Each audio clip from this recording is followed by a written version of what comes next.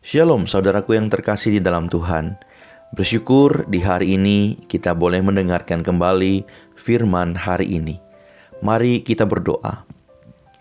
Bapa di dalam surga, kami sungguh bersyukur di hari ini kami boleh dianugerahkan kehidupan oleh Tuhan sekali lagi menikmati hari yang baru. Kami hendak merenungkan satu bagian firman Tuhan.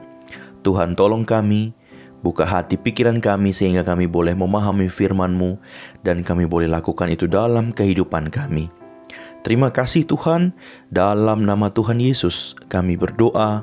Haleluya. Amin. Saudara, pagi ini kita merenungkan satu bagian firman dari Roma. Pasalnya yang pertama kita baca ayat 21 dan ayat 22. Firman Tuhan berkata, "Sebab sekalipun mereka mengenal Allah, mereka tidak memuliakan Dia sebagai Allah atau mengucap syukur kepadanya. Sebaliknya pikiran mereka menjadi sia-sia dan hati mereka yang bodoh menjadi gelap. Mereka berbuat seolah-olah mereka penuh hikmat, tetapi mereka telah menjadi bodoh." Saudaraku, status manusia di hadapan Allah adalah pemberontak dan pendosa. Dan syarat bagi manusia untuk bisa berdiri tegak di hadapan Allah adalah kebenaran. Saudara, jelas sekali dalam bagian ini Paulus berkata bahwa manusia jatuh ke dalam dosa sehingga manusia gagal memperoleh kebenaran. Dari hari ke hari, hidup manusia hanya berbuahkan kejahatan dan kelaliman. Sekalipun manusia mengetahui bahwa ada Allah, tetapi hati manusia jauh darinya. Manusia tidak mau memuliakan Dia. Saudara, betapa mengerikannya dosa itu. Seperti sebuah penyakit yang merusak seluruh keberadaan kita. Baik pikiran kita, perasaan, kehendak, bahkan ucapan kita. Dan sesungguhnya, sewajarnya lah bagi Allah adalah menghukum dan membinasakan manusia berdosa. Tetapi saudara yang dikasihi dalam Tuhan, dengan rupa-rupa kejahatan yang dilakukan oleh manusia, Allah mengerti bahwa manusia tidak akan pernah memperoleh kebenaran sejati. Manusia hanya berjalan menuju kesia-siaan tanpa kasih karunia Kristus. Itulah sebabnya Ia mengirimkan bagi kita Yesus Kristus, anaknya yang tunggal itu, sebagai penebus kita, sebagai penebus dari kebinasaan akibat dosa-dosa kita. Saudara, kehadiran Kristus membuka mata kita. Kehadiran Kristus memanggil kita untuk berbalik dari jalan hidup kita yang jahat kepada hidup yang memuliakan Tuhan. Kehadiran Kristus memanggil kita dari kehidupan yang meremehkan kuasa Tuhan, menjadi hidup yang sepenuhnya bergantung pada anugerah-Nya.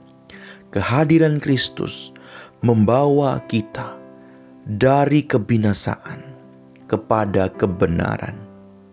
Itulah mengapa saudaraku dalam bagian lain, Paulus menuliskan, jangan hidup lagi sama seperti orang-orang yang tidak mengenal Allah dengan pikirannya yang sia-sia. Saudara-saudaraku yang terkasih di dalam Tuhan, bersyukurlah ketika engkau hari ini mengenal Kristus Yesus Tuhan kita. Dia datang untuk memanggil kita hidup bukan berselaras dengan dunia dan kebinasaannya, melainkan hidup untuk berselaras dengan kasih dan pengampunannya.